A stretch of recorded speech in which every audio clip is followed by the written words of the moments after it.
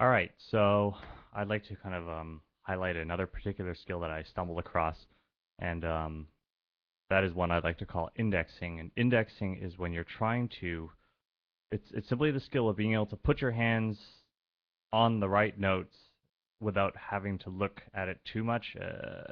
I'm still working on it. My indexing is still pretty crap, but this is the exercise that I've developed for it. It's this. So it's playing the same note with different fingers.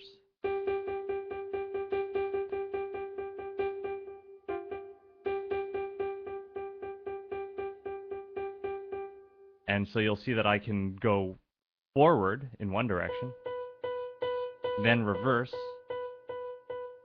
back and forth. Okay, so I'm just alternating.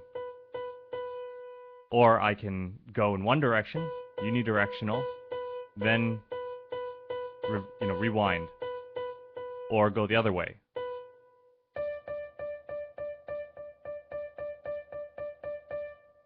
So that's the set of exercises. You do them with both hands.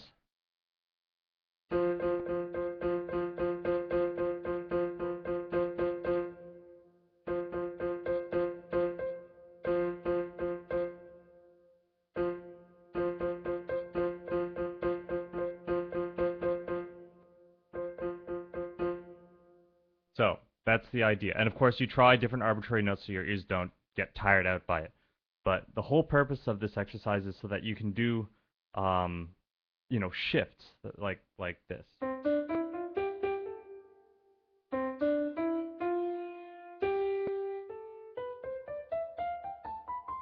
Right? A lot of times, I was finding that I was having this problem where I would just want to park my hands on one set of notes and could not shift from one chord to the next.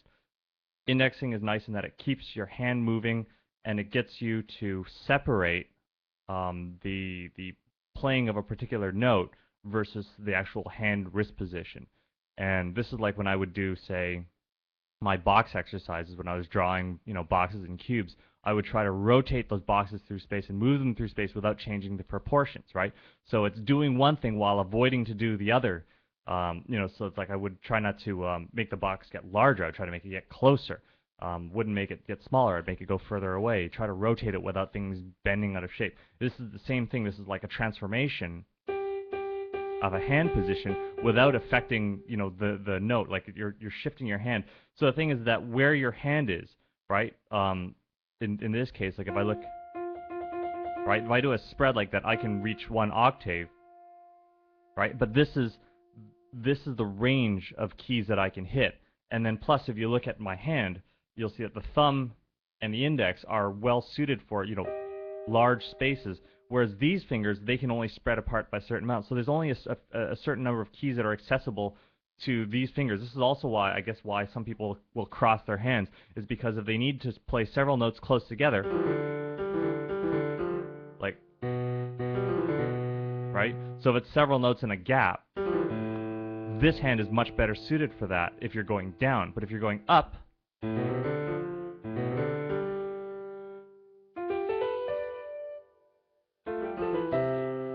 right? So any of those kinds of transformations are really hard rooted to your anatomy.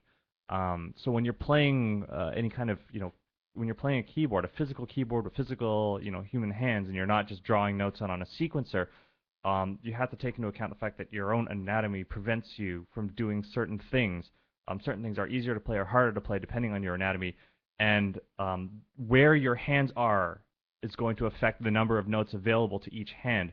And so this is why I'm trying to, help people, get the idea of indexing as being a really important thing to practice, so that this way you feel a little more free, or you practice shifting your hands around and not losing your place on the keyboard, because it opens up the number of possibilities of notes that you can make.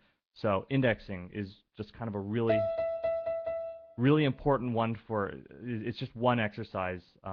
This indexing exercise I think can be really, really important for helping you find your way around on the keyboard. So anyway, shorter video than others. Hope this is useful to people.